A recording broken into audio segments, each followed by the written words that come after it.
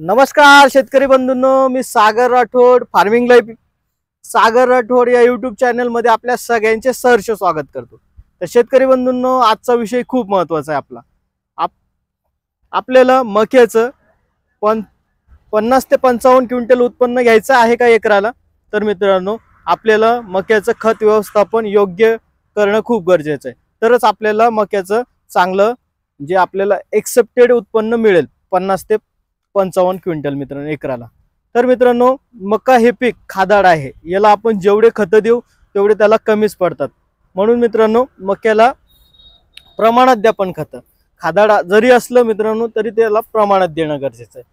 तर मित्रांनो, मक्याला सुरुवातीला वाढीसाठी नत्राची सुद्धा आवश्यकता असते, फॉस्फरसची सुद्धा आवश्यकता असते आणि पोटॅशची सुद्धा आवश्यकता असते। मित्रांनो, मक्यामध्ये झिंक या मूलद्रव्याची जास्त आपल्याला डेफिशियन्सी दिसून येते, म्हणून मक्याच्या प्रत्येक आपण जेव्हा 2 डोस टाकू त्यावेळेस आपल्याला झिंक घेणं त्यासोबत गरजेचं आहे। तर आता आपण बघूया मित्रांनो, मक्याचा पहिला डोस कोणता द्यावा।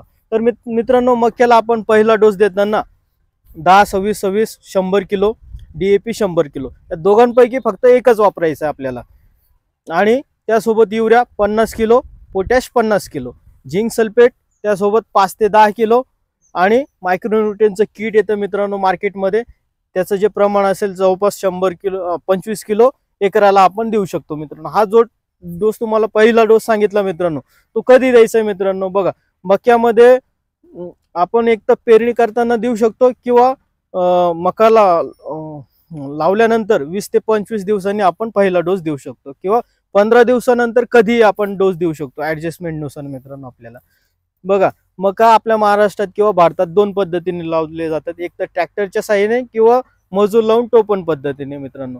तर मजूर लावून टोपण पद्धतीने आपण जेव्हा देतो तर त्यावेळेस आपल्याला पेरणीच्या वेळेस काहीच शक्य होत नाही, म्हणून आपल्याला 15 ते 20 दिवस किंवा 25 दिवसापर्यंत पहिला डोस हे टाकून देणं गरजेचं आहे। तर आता आपण बघूया मित्रांनो, आपण मक्याला दुसरा डोस कोणता द्यायचा। पहिला डोस तर झाला मित्रांनो आपला। तर मित्रांनो, मका हे लागवड केल्यानंतर जवळपास 40 दिवसापर्यंत आपण दुसरा डोस देऊनच टाकायचा मित्रांनो। 35 ते 40 दिवस मित्रांनो खूप महत्वाचे आहे। तर त्यामध्ये आपल्याला घ्यायचं मित्रांनो, पोटॅश एकराला 1 बॅग, DAP एकराला 2 बॅग, युरिया एकराला 70 किलो मित्रांनो, त्यानंतर झिंक 5 ते 10 किलो, आणि यामध्ये जर आपल्याला ऑप्शन मध्ये परत मायक्रोन्यूट्रिएंटची किट वापरायची असेल तर आपण वापरू शकतो मित्रांनो। हा मित्रांनो, मक्यामध्ये बेसल डोस खूप महत्वाचा आहे।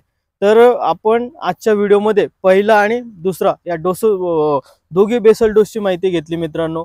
बघा, मक्यामध्ये फक्त लष्करी अळी येते मित्रांनो, मार्केटमध्ये चांगल्या प्रकारचे कीटकनाशक असतात, ते वापरून आपण लष्करी अळीला सुद्धा कंट्रोल करू शकतो आणि 50 ते 55 क्विंटल मक्याचं एकरी उत्पादन घेऊ शकतो मित्रांनो। अशाच प्रकारे नवनवीन माहितीसाठी फार्मिंग लाईफ सागर राठोड या युट्यूब चॅनलला सबस्क्राईब करा, व्हिडिओला लाईक करा आणि आपल्या शेतकरी बंधूंपर्यंत शेअर करा। धन्यवाद।